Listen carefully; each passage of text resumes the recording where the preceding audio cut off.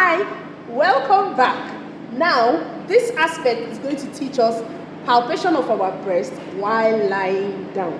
First of all, you can see Mrs. Jones. She's already lying down, and I will use her for my practical demonstration. So, when you want to do the breast self-examination while lying down, you put yourself in this particular position, and by the time you lie on the bed, there's one important thing you need to do. You have to put a pillow or a cloth in this manner under the shoulder of the side of the breast you need to palpate for better positioning, okay? So for us to palpate the left breast while lying down, first of all, you have to still place your hand behind your head, okay? So Mrs. Jones actually cannot do that, but you understand what I want to do, okay? You place your hand behind your head, and since we are palpating for the left breast, we use the opposite hand. Do the 3 middle fingers, the pad of the 3 middle fingers, using the same circular pattern, vertical pattern, and wedge pattern. I hope you have not forgotten. And carry out the palpation. So let me show you what you need to do. Remember to start neck bone called the clavicle. So this is my 3 middle fingers. I use this place, the pad, and I palpate using the circular motion. Are you seeing what I'm doing? Remember, the hand is behind the head. Okay? You palpate using the circular motion. Remember, we're looking out for a mass, and I've explained the characteristics of what we call a mass.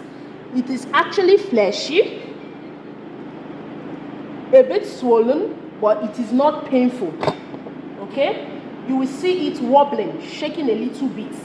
So when you palpate the breast, the next thing is to press the nipple and look out if there's any bloody or watery discharge. Then finally you open the armpits, okay, and palpate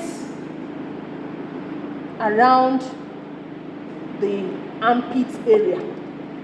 What we're doing is we're looking out for any inflamed lymph node, which will actually tell us that there's an ongoing infection. So after using the circular method, you then use the vertical. Remember the vertical, the straight method, okay? You get to this point, you connect it back. Remember the pad of the 3 middle fingers, deep and moderate massage, looking out for lump, okay? I hope you're following me, okay? This is it, and here we go. Then let us palpate finally using the wedge approach.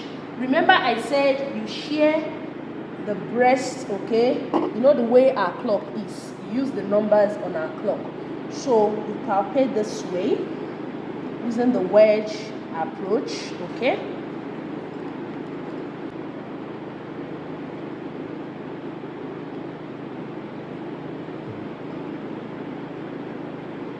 I hope you're following me. Okay, so this is it. Then the next thing, you squeeze the nipple, and you also carry out the examination under the armpit, also known as axilla. Then when you finish for this breast, you transfer this under the shoulder of the next breast, and then do the same thing you have done for this breast. And remember, if you notice any abnormality like the lump or discharge from the nipple, be it bloody or watery discharge, remember I said you shouldn't conduct this exam if you are breastfeeding. So when a woman who is not breastfeeding notices these abnormalities I have listed, please do not visit the churches. This is a medical condition. It is not a spiritual problem. Do not visit the churches. Do not go to the villages to take herbal concoctions to aid healing. It will not help you. Do not visit the pharmacies nor the chemist.